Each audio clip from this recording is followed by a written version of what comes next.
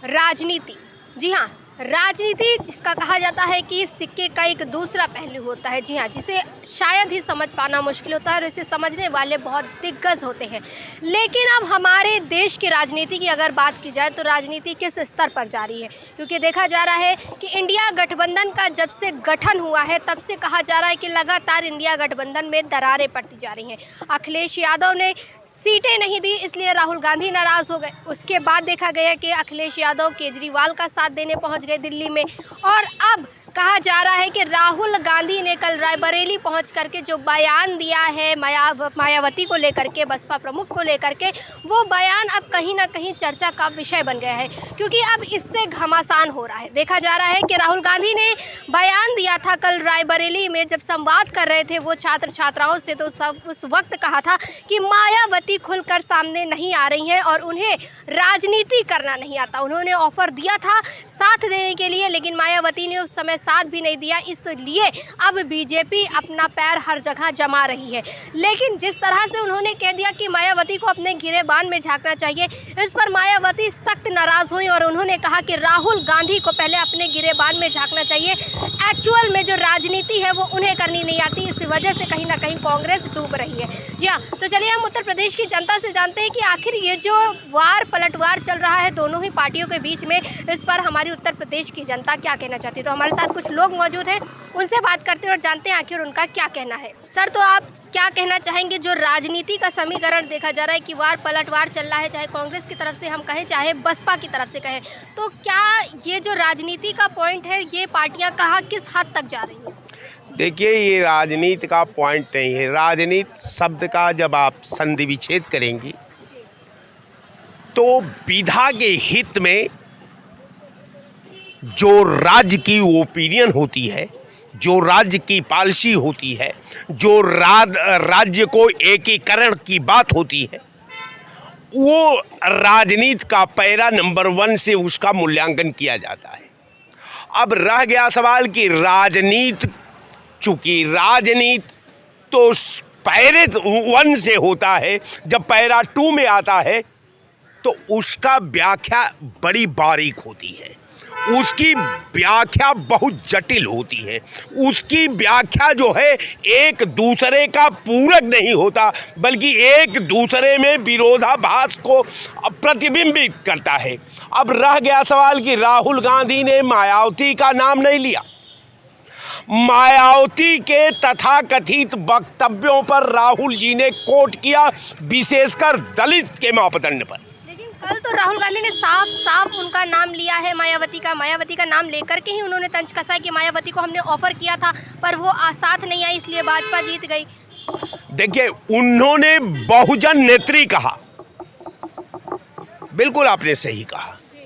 चूंकि बहुजन नेत्री के से आप ये कोई भी मूल्यांकन कर सकता है आम लोग कि हो सकता है राहुल जी केवल एक व्यक्ति का नाम लेते हैं राजनीति में, उस व्यक्ति का नाम है नरेंद्र दास मोदी। इसके बाद उन्होंने किसी भी भाजपा के नंबर 2 नेता का वो नाम नहीं लेते। और राहुल जी का ये न संस्कार है, न स्वभाव है, और न उस परिवार के संस्कृत और विरासत के कोई आभा में इस तरह का चीज मिला है। अच्छा, राहुल गांधी ने बी पार्टी भी कहा है बसपा को कि ये बीजेपी की बी पार्टी है, इस पर आप क्या कहते हैं? बिल्कुल, इसलिए कि जब जब बात आती है जंग की, जब धर्मनिरपेक्षता की बात आती है, जब समाज का सृजन की बात आती है, जब समाज का डेवलपमेंट की बात आती है, जब समाज की एकता अखंडता की बात आती है, जब समाज में सद्भाव की बात आती है, तो बहन जी हट करके अपने लाइन से सीधे जा करके पीछे भारतीय जनता पार्टी का खड़ी हो जाती है।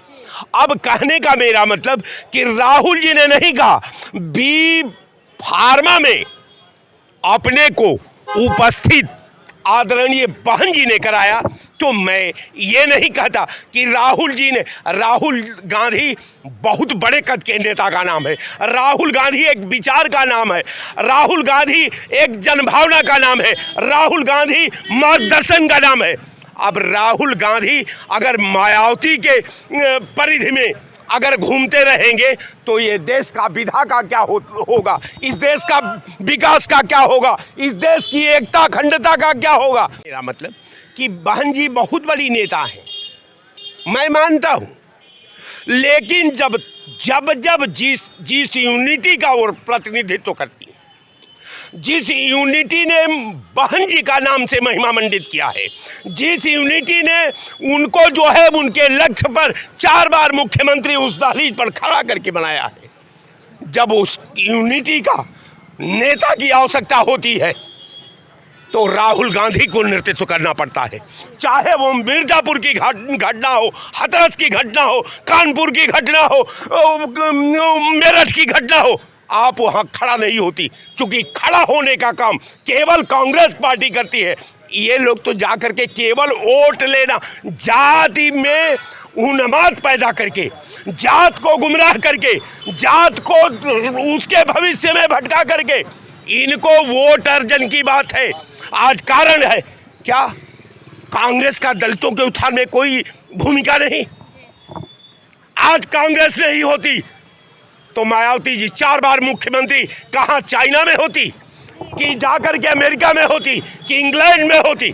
ये कांग्रेस की देन है कि आप जैसा व्यक्ति को उत्तर प्रदेश की विधा ने 4 बार मुख्यमंत्री बनने का मौका दिया। आप कहती है राहुल गांधी नहीं जानते, राहुल गांधी नहीं जानते। पूरे प्रदेश का आपने, पूरे प्रदेश का सत्यानाश कर दिया है। कम से कम 22 गन्ना मिलों को आपने बेच दिया। आप किस विकास की बात करती हैं? ये आरोप लगा रहे हैं डायरेक्टली मायावती के ऊपर कि किस तरह से मायावती ने जो कहा है 4 बार वो जो मुख्यमंत्री बनी है वो कांग्रेस की ही देन है। तो चलिए हम और भी लोगों से जानते हैं कि आखिर उनका क्या कुछ कहना है। जैसे कि अभी देखा गया है कि राहुल गांधी ने मायावती पर आरोप लगाया कि उन्हें राजनीति करना नहीं आता। तो आप क्या कहना चाहेंगे कि एग्जैक्टली क्या राहुल गांधी को राजनीति करना नहीं आता या फिर मायावती को? क्योंकि मायावती ने कहा है कि पहले अपने गिरेबान में झांको, उसके बाद बात करो। राजनीति सबको करना आता है, और बहन जी ने 4 बार मुख्यमंत्री रही उत्तर प्रदेश की, एक फुल फ्लैश रही, 5 बार रही। तो निश्चित तौर पर जिसने शुरू में साथ दिया है उसी का साथ लोग देते हैं, भारत में ऐसा कहा जाता है। तो कभी मुलायम सिंह ने उनको साथ देकर के मुख्यमंत्री बनाया कि भाजपा ने बनाया, तो ये दोनों के साथ हमेशा रही। मायावती जी या जितनी क्षेत्रीय पार्टियाँ कहीं की बनी तो कांग्रेस से तोड़ करके ही, या कांग्रेस को वोट काटने के लिए भारत में जितनी भी पार्टियां बनी हैं, उतना आरएसएस और हिंदू महासभा समय समय पर जनसंघ भारतीय जनता पार्टी के रूप में आकर के प्रतिद्वंदिता का तोड़ने के लिए जातिवादी, क्षेत्रवादी, संप्रदायवादी पार्टियां खड़ी करी। जैसे उत्तर प्रदेश का परिप्रेक्ष्य लीजिए तो मायावती जी वोट काटने की कोशिश करी, पहले पूरे भारत में था, फिर अलग अलग क्षेत्रीय पार्टियां बनी। कहीं पर जो है उत्तर प्रदेश एक बड़ा राज्य है, तो यहाँ पर मुस्लिम का वोट काटने के लिए आप देखिए मुलायम सिंह यादव को खड़ा किया। उससे पहले जाट नेताओं का और मुस्लिम का वोट काटने के लिए चौधरी चरण सिंह बनाए गए, कांग्रेस से ही निकले, कांग्रेस के नेता। तो ये सब समय समय पर होता रहता है। अब बहन जी का ये है कि ना हर चले ना चले कुदारी, बैठे भोजन देत मुरारी। तो अब उनके यहाँ काम की ज़रूरत उनको नहीं है। अब उनकी उम्र करीब 69 साल हो गई है, उम्र दराज हो गई हैं, ना आगे पीछे ना आगे नाथ ना पीछे पगहा, केकरे लिए करें कमाए बेचारी वो। तो और धन इतना जो है, जो अब 7 से 12 में बनी मुख्यमंत्री है, तो उस समय इतना धन उन्होंने कमा लिया कि इनके खिलाफ बहुत सारी सीबीआई जांच हैं। जैसे ताज घोटाला कांड है, लखनऊ की तमाम चीज़ें हैं, जेल वाला कांड है जो आज अंबेडकर मैदान बना हुआ है। तो इन सब चीज़ों में इतना घोटाले हो चुके हैं कि बहन जी अब बोल नहीं पा रही हैं। ये जो दोनों की लड़ाई है, कांग्रेस और बसपा की जो लड़ाई है, तो क्या लगता है इसका फायदा किसी तीसरे को होने वाला है? तीसरे को क्या होगा? अब जो बसपा का भाई कांग्रेस का कोर वोटर था ब्राह्मण और मुसलमान, और ओबीसी तो कभी रहा नहीं, उसके अलावा सारे लोग रहे, ब्राह्मण, मुसलमान और शेड्यूल कास्ट रहा। तो शेड्यूल कास्ट के वोट को काटा गया, मुसलमान के वोट को काटने की कोशिश हर जगह हो ही रही है, तमाम लोग आ ही रहे हैं। भाई सबको राजनीति में पैसा चाहिए, फेम चाहिए, नेम और फेम, 2 चीज़ों की ज़रूरत होती है। वो मिल रहा है, चाहे जीतें चाहे हारें, पैसा तो मिल ही रहा है। अब बहन जी को लड़ने की कोई आवश्यकता नहीं, उन्होंने अपने बेटे आनंद को उतारा था। तो अब जब आनंद को उतारा तो आनंद आक्रामक हो गया बीजेपी के खिलाफ। जब बीजेपी के खिलाफ आक्रामक हो गया, जैसे कि हरियाणा में उसने किया, दिल्ली में किया, तो बहन जी को लगा कि हमारी फाइल खुल जाएगी, उसमें कहीं सीबीआई कुछ बता दिया होगा फ़ोन करके कि अब आपके खिलाफ शुरू होने वाला है। तो उन्होंने उसको हटा दिया, उस पद से ही निकाल दिया और स्वयं सत्ता फिर ले ली। अब खुद तो कहीं निकल सकती है। क्या होगा इन पार्टियों का अब? कुछ नहीं है, जो जितना कमा लिया उतना बचाए रखें, इतना बहुत है जीने के लिए। अरे ज़्यादा 10 साल और जी जाएंगी बहन जी, तो 10 साल जीने के लिए बहुत पैसा उनके पास है, कमी है नहीं लड़ेंगे इलेक्शन तब भी। बाकी जो उनसे पार्टी से वो तो भाई इंस्टीट्यूशन है ना, राजनीतिक ये इंस्टीट्यूशन है, जिसको कहीं पार्टी ना मिल रही हो टिकट, आप जाइए बहन जी कि आपको टिकट मिल जाएगा, और टिकट मिल जाएगा अगली बार कोई ना भाजपा कांग्रेस सपा बसपा कोई नहीं ले ही लेगा उनको फिर, क्योंकि 10-20 हज़ार रुपये वोट तो हर जगह 20-25 हज़ार वोट हर उसमें विधानसभा में है एससी का। अब वो एससी पुनः अपनी जगह पर लौटने की कोशिश कर रहा है, और एससी को वोट को काटने के लिए भारतीय जनता पार्टी बहुत कोशिश कर रही है, समाजवादी पार्टी भी कोशिश कर रही है।